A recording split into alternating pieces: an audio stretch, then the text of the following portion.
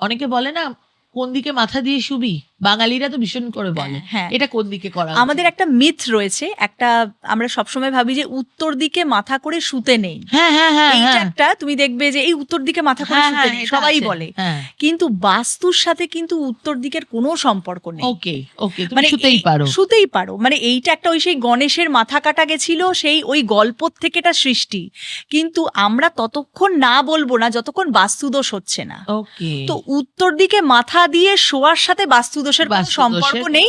অনেক সময় বলা হয় উত্তর দিকে শুলে আমাদের যে গ্র্যাভিটেশনাল ফোর্সটা রয়েছে, মাধ্যাকর্ষণ শক্তিটা রয়েছে, ওটা তো উত্তর দিকে রয়েছে, ম্যাগনেটিক পুলটা উত্তর দিকে রয়েছে।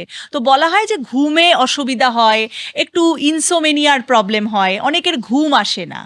তো ঘুম আসে না বলে ওটা বলা হচ্ছে, ওকে বাস্তুদোষ হচ্ছে না। তো এটা সম্পূর্ণ মিথ একটা।